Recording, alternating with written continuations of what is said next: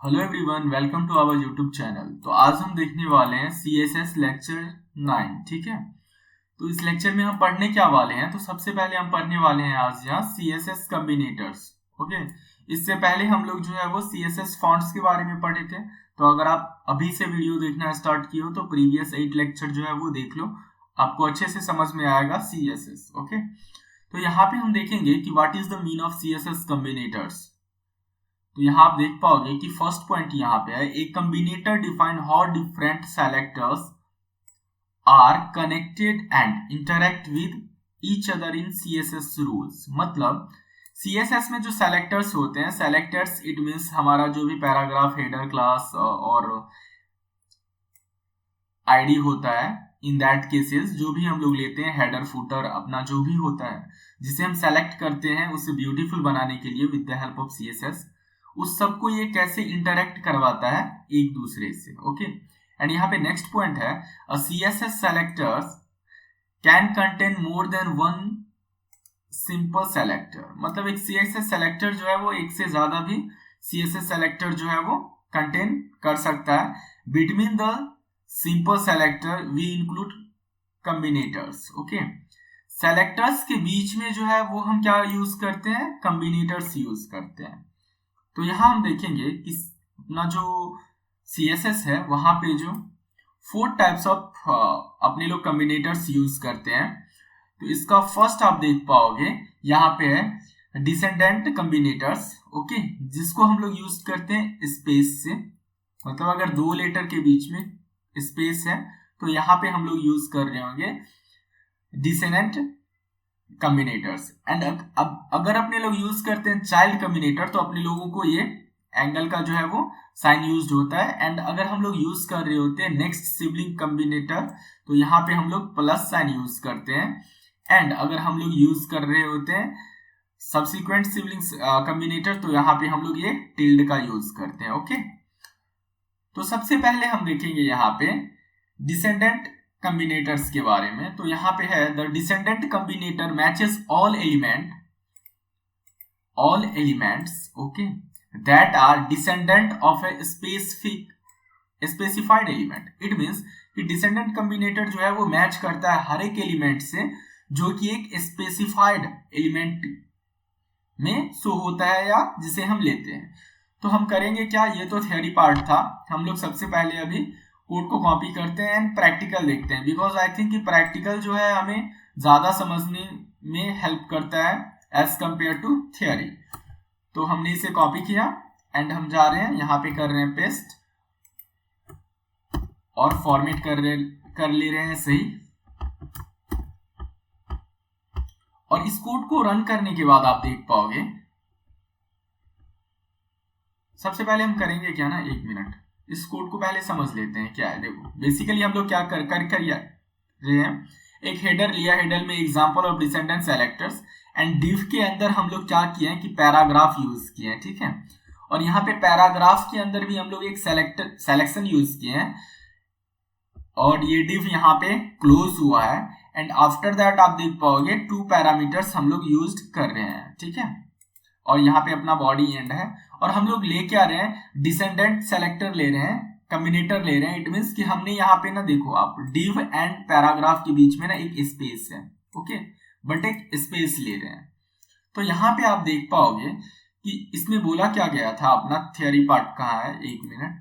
Theory part में बोला क्या गया है, the descendant combinators matches all element that are descendant of a specified element. अगर एक एलिमेंट के अंदर में जितने भी डिसेंडेंट के अंदर में कम्बिनेटर के अंदर में जितने भी एलिमेंट हैं ये सारे एलिमेंट को ये क्या करेगा, सेलेक्ट करेगा, जस्ट लाइक दैट।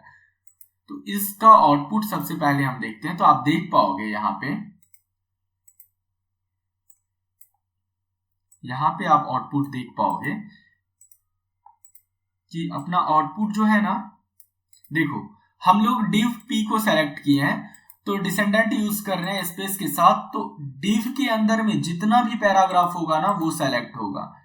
और यहाँ पे आप बोलोगे तो हाँ, सेलेक्शन के अंदर है क्या, पैराग्राफ, बट ये div पोर्शन के अंदर आता है। ड्यू टू दिस रीजन ये जो है वो सेलेक्ट हुआ है और इसका बैकग्राउंड कलर हम लोग रेड कर रहे हैं। तो ये 3 एलिमेंट जो अपना है उसका बैकग्राउंड कलर आप देख पाओगे कि रेड आ रहा है। ठीक है, तो ये अपना सबसे पहला हो जाता है डिसेंडेंट कम्बिनेटर जो कि स्पेस से डिनोट होता है। एंड आफ्टर दैट हम लोग बात करेंगे चाइल्ड का कम्बिनेटर्स का। तो यहाँ पे देख पाओगे आप, the child combinator select all element that are children of a specific element. अगर वो children of the specified element रहेगा ना, उस केस में जो है ये काम करेगा। तो इसका भी हम लोग आउटपुट कोड लेते हैं पहले, एंड कोड के बाद समझ में बहुत ही अच्छे तरीके से आएगा। हम लोग यहाँ पे कोड को कॉपी किए एंड यहां जाके हम control A and control B code को करते हैं पेस्ट, एंड आफ्टर दैट इसे रन करने पे यहां आप देख पाओगे कि हमारा आउटपुट क्या हो रहा है। उसने क्या बोला था कि बोला गया है कि जितने भी, यहां आप देख पाओगे यहां क्या है, द डिसेंडेंट कम्बिनेटर्स, सॉरी ये तो डिसेंडेंट है, हम लोग अभी चाइल्ड देख रहे हैं। The child combinator select all element that are children of a specific element. Children होना चाहिए उस स्पेसिफिक एलिमेंट का। तो इस केस में आप देख पाओगे कि हम लोग पैराग्राफ को यहाँ सेलेक्ट कर रहे हैं। ठीक है, और सबसे पहले तो हम लोग ने हेडर लिया है, H2 लिया हुआ है, एग्जाम्पल ऑफ चाइल्ड कम्बिनेटर। इसका फॉर्मेट सही कर लेते हैं। एंड इस केस में आप देख पाओगे कि पैराग्राफ जो है ना, पैराग्राफ एंड उसका जो चाइल्ड है, देखो इधर पहले क्या था, सिलेक्शन के अंदर का वैल्यूज आ रहा था, बट अभी ये नहीं आ रहा है। ठीक है, तो ये लाइन अपना जो है वो प्रिंट होके नहीं आ रहा है। क्यों? क्योंकि वो ओनली जो है वो चाइल्ड एलिमेंट जो भी है, स्पेसिफाइड चाइल्ड एलिमेंट, उसी को कवर कर रहा है। तो इस केस में आप देख पाओगे कि हमारा div1 आया है, div2 आया है एंड div4 आया है। div4 क्यों आया? क्योंकि यहाँ पे div4 जो है वो विदाउट एनी अदर जो भी टैग्स है उसमें है, वो डायरेक्ट है, तो इट मींस ये डायरेक्ट जो है वो चाइल्ड क्लासेस को ले रहा है। तो यहाँ पे जो है जो भी सिलेक्शन के अंदर हम लिखे हैं वो स्पेसिफाइड नहीं होता, ड्यू टू दैट रीजन ये यहाँ पे इसका बैकग्राउंड कलर जो है वो रेड नहीं कर रहा। ओके, अब हम देखेंगे नेक्स्ट कम्बिनेटर हमारा क्या होना चाहिए। तो यहाँ नेक्स्ट कम्बिनेटर है हमारा नेक्स्ट सिबलिंग कम्बिनेटर, जिसे हम डिनोट करते हैं प्लस साइन से। ठीक है, तो यहां पे है the next sibling combinator is used to select an element that is directly after another element. मतलब डायरेक्टली उस अनदर के, उस एलिमेंट का जो बाद वाला होगा डायरेक्टली उसे ये जो है वो सेलेक्ट करेगा। और यहाँ पे नेक्स्ट पॉइंट है sibling element must have the sibling element must have the same parent same रहना चाहिए, and adjacent means immediately following, मतलब इमीडिएटली फॉलोइंग करने वाला, या यहाँ पे आप समझ सकते हो डायरेक्टली फॉलो करने वाला एलिमेंट को ये स्पेसिफाइड करता है एंड हमें जो है वो आउटपुट प्रोवाइड करवाता है। तो इस कोड को हम करते हैं पहले कॉपी, और यहाँ पे हम करेंगे इसे पेस्ट अपने कोड एडिटर पे। कोड एडिटर पे पेस्ट करने के बाद हम इसे रन करेंगे, तो आप यहां देख पाओगे कि हमारा आउटपुट क्या होना चाहिए। इस केस में आप देख पाओगे कि इमीडिएटली क्या था, अपना चाइल्ड क्लास जो था उसे ये स्पेसिफाई करेगा। तो हम लोग क्या किए हैं, डिव लिए हैं। ओके, डिव हमारा ये है, डिव है, और हम लोग यूज कर रहे हैं नेक्स्ट सिबलिंग वाला adjacent sibling selector. Next sibling selector भी इसका एक नाम है। ठीक है, नेक्स्ट सिबलिंग कम्बिनेटर।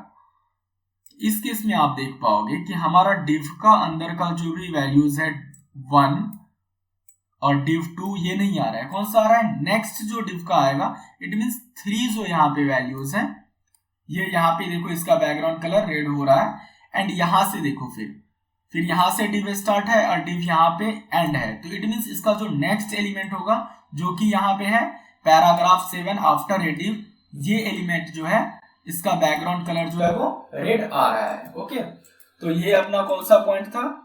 ये था अपना नेक्स्ट सिबलिंग कम्बिनेटर्स। एंड इसके बाद हम देखेंगे कि कौन सा कम्बिनेटर्स आता है। तो ये है सब्सिक्वेंट सिबलिंग कम्बिनेटर्स।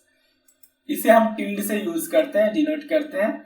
और इसमें आप देख पाओगे कि क्या है, the subsequent sibling combinators select all element that are next sibling of a specified element, मतलब नेक्स्ट सिबलिंग के बाद का जितना भी एलिमेंट होगा ना उसे ये सेलेक्ट करेगा। ठीक है, तो इसे भी हम कोड लेते हैं इसका एंड कोड रन करके देख लेते हैं।